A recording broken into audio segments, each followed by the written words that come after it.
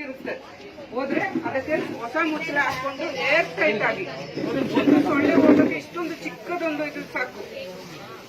ಒಂದು ಸೊಳ್ಳೆ ಅದು ಹೋಗದಂಗೆ ನೀವು ಮುಚ್ಚಿ ಇಡಬೇಕು.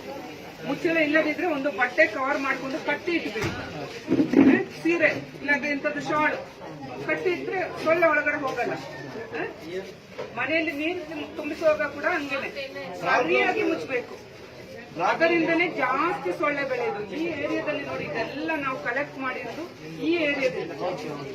ಪ್ರತಿ ಒಂದು ಮನೆಯಲ್ಲಿ ಸಾವಿರ ನಮ್ಗೆ ನೋಡಿ ಆಶ್ಚರ್ಯ ಆಗ್ತಾ ಇದೆ, ಅಷ್ಟು ಸೊಳ್ಳೆ ಇದೆ ಒಂದೊಂದು ಕಂಟೈನರ್ ನೋಡಿ ಕಲೆಕ್ಟ್ ಮಾಡಿರೋದು.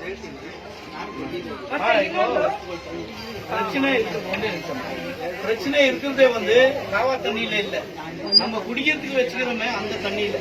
ஸோ தண்ணியை நல்லா பாயில் பண்ணி குடிங்க. ஒன்று டெய்லி அந்த தண்ணி ஊற்றிடுங்க.